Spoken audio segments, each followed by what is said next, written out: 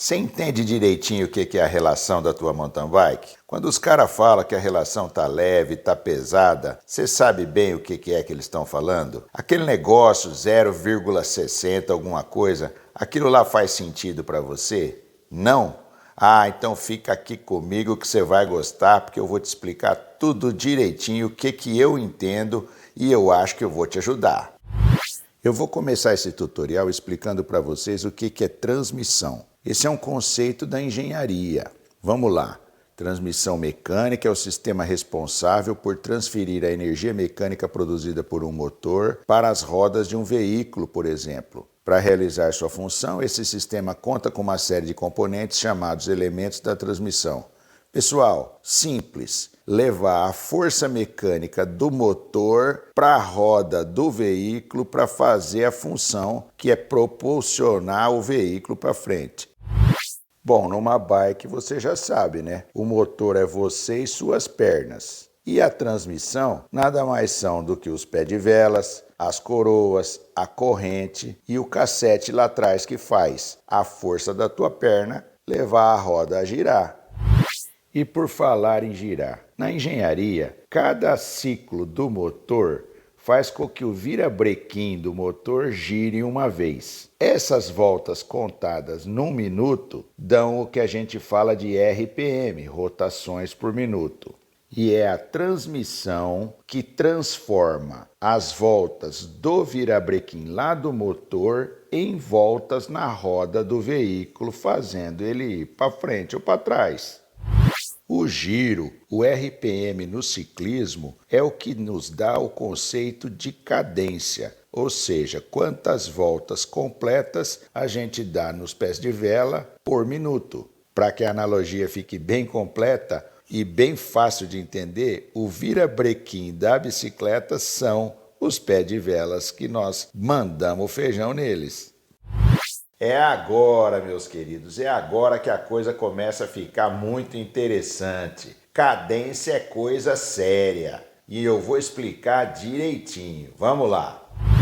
Então, tanto no motor do carro ou da moto como na bicicleta, a cadência é a maneira melhor que se tem de medir a eficiência e, para nós, o conforto da pedalada. Outra coisa que eu vou falar agora nessa primeira vez é que existe uma tendência que aquele ciclista que está começando pratique cadências menores. Isso porque a gente aprendeu a andar de bicicleta naquela bicicletinha que tinha uma coroona, uma catraquinha pequenininha lá atrás e o nosso aprendizado foi fazendo força, quer dizer, a nossa memória muscular é de fazer força no pé de vela. E aí quando a gente começa a rodar de mountain bike, a gente leva essa tendência nossa do aprendizado para a nossa prática do ciclismo.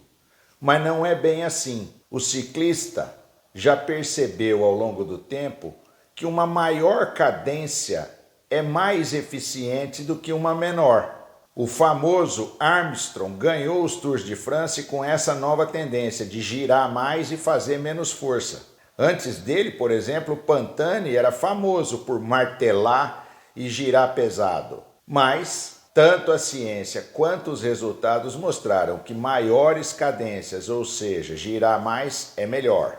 Outra coisa, é a cadência, é o giro do motor que determina, em última instância, a troca das marchas. Tanto no carro quanto na bicicleta, depende do resultado que você quer, é que você vai usar o giro para mudar marchas. Talvez você faça trocas mais forçadas para ganhar na explosão e na potência, talvez você opte por trocas mais cadenciadas para ganhar no descanso e no longo prazo. Isso depende, prova rápida, prova longa, fundista, o que você está fazendo. Então, guarda essas 3 coisas da cadência que nós vamos usar lá na frente. Depois dessas explicações básicas todas, nós finalmente estamos chegando no que é a relação. E para te explicar, eu vou fazer uma pergunta. Seguinte, cada volta completa que você dá nos pés de velas representa exatamente uma volta completa na roda da bike? Aí você me responde assim, se a coroa for do mesmo tamanho que o cog, sim. Claro, né, gente? Se tiver uma coroa de 32 dentes, por exemplo, e um COG lá atrás de 32 dentes, uma volta no pé de vela vai representar exatamente uma volta na roda da bike, ou seja, uma relação de 1. Então, o que é relação? É a razão que indica o quanto a transmissão faz a roda da bicicleta girar para uma volta completa dos pés de velas.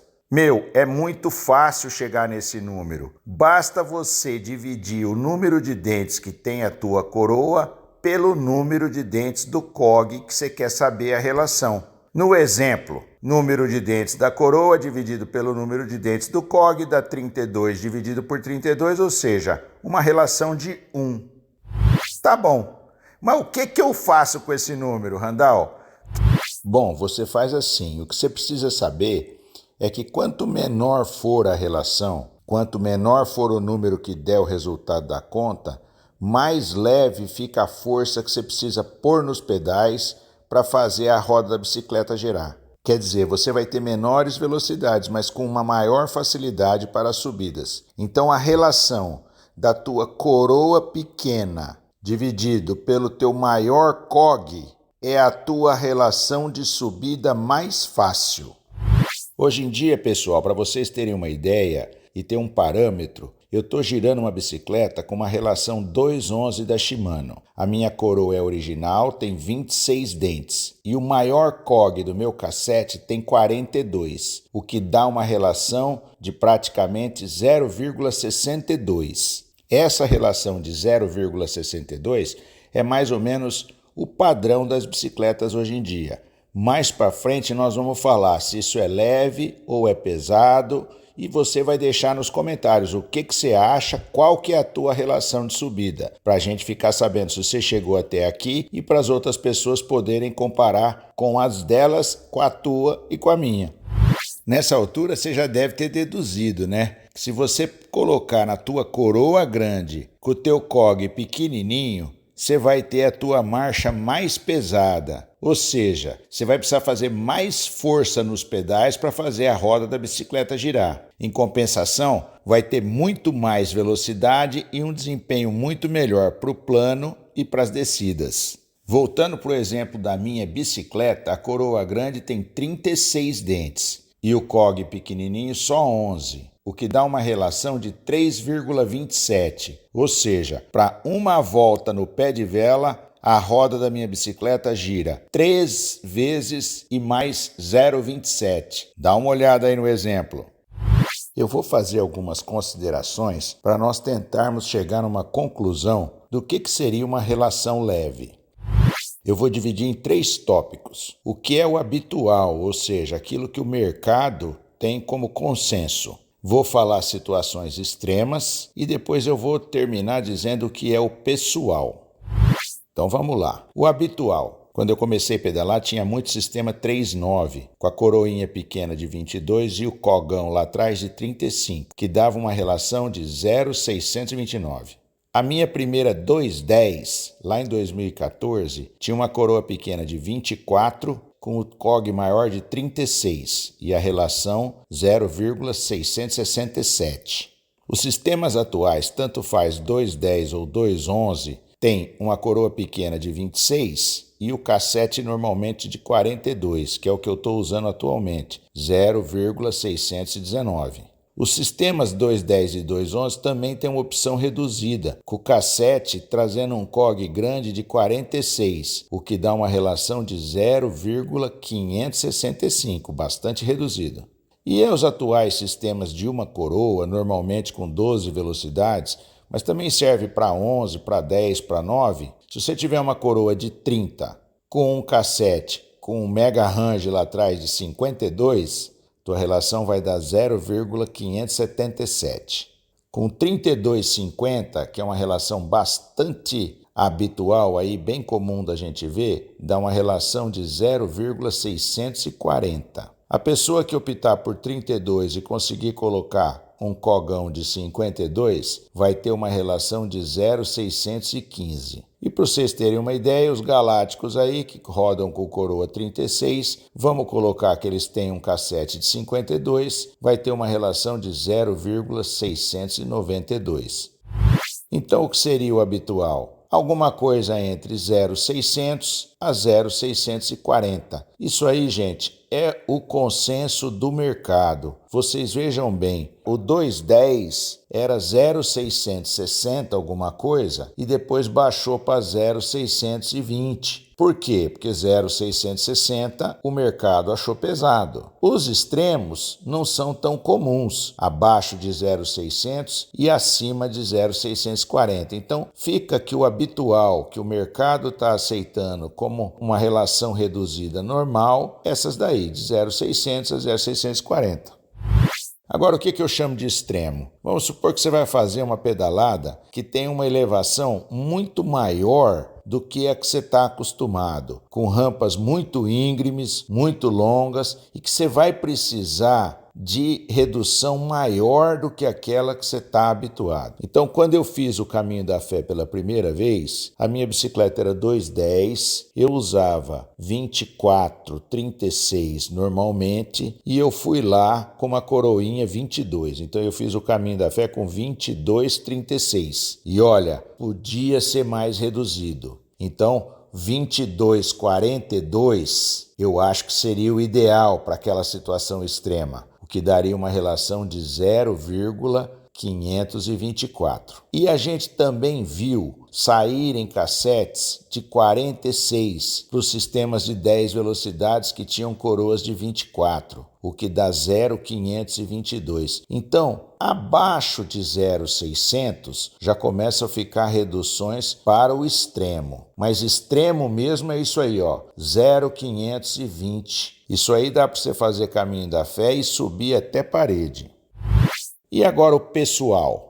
Depende de quanto você treina e é muito sensível. Se você treinar bastante, se você fizer bastante subida, se você aumentar a potência das tuas pernas, se você emagrecer um pouquinho, as relações poderão ser mais pesadas e você ainda vai conseguir fazer pedaladas confortáveis. E outra coisa, escolhas sensatas. Agora existe aí um monte de números e um monte de contas para você fazer, para você tomar as decisões. E eu vou incluir como sensato você conversar com o mecânico da tua cidade, para você não estourar teu câmbio, para você não esticar ele demais, tentando fazer reduções muito loucas. O que eu quero dizer? Um COG muito grande, com coroas também muito grandes, em especial nos sistemas com 2 ou 3 velocidades na frente, pode acontecer de não casar os tamanhos com o comprimento final que a corrente vai ter que ter. E você vai acabar esticando demais seu câmbio traseiro.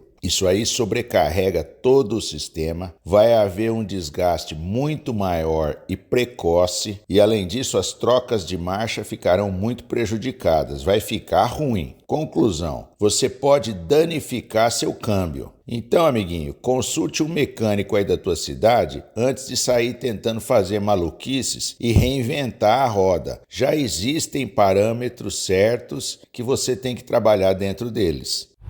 E a marcha pesada, Randall, como é que é?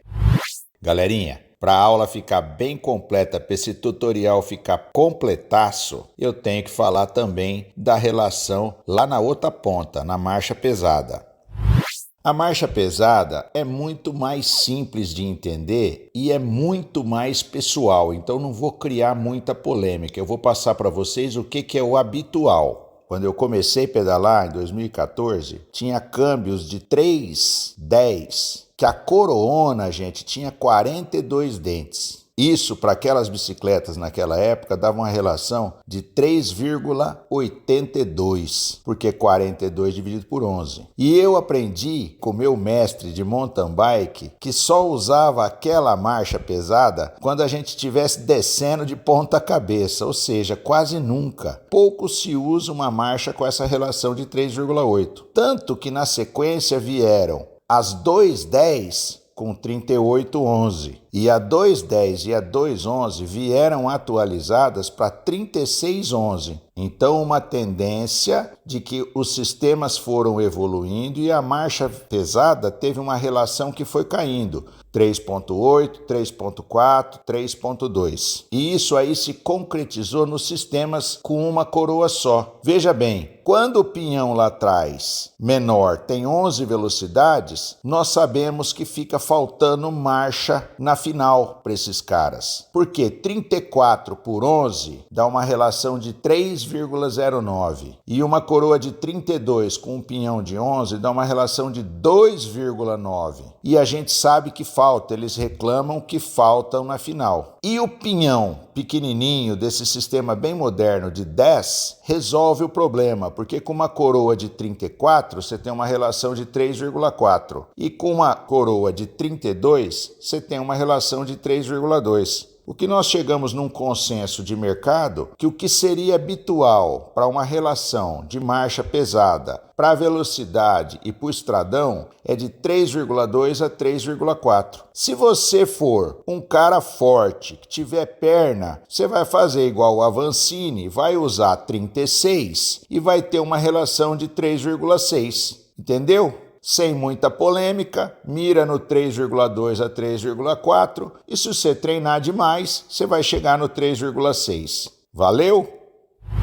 Pessoal, não vai me cansar agora, hein? Já estamos chegando nos finalmente. Antes de eu falar para vocês para que tanta marcha, eu já vou pedir. A aula deu bastante trabalho, esse tutorial deu bastante trabalho. Se você chegou até aqui, considere então compartilhar esse vídeo com quem você acha que está precisando. Bota no grupo de vocês de bike. Assiste de novo, anota. Se tiver alguma dúvida, se tiver alguma complementação para fazer, coloca nos comentários, dá o teu joinha e se você não for inscrito, se inscreve no canal.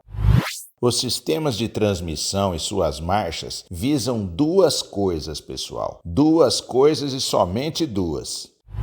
Satisfazer os extremos. O que é isso? As marchas visam deixar a relação bem leve para você poder subir tranquilamente, assim como ter marcha pesada para você desenvolver velocidade no plano e na descida. E segundo, escalonar a relação para que o ciclista mantenha sempre uma cadência confortável. Aí, voltei a falar em cadência. Lembrou que eu falei que eu ia voltar? Pois é. É por isso que nós temos tantas marchas na bicicleta. Não adiantava você só ter a leve e só ter a pesada. É importante escalonar o máximo possível para que o ciclista possa manter uma cadência confortável o máximo do tempo possível.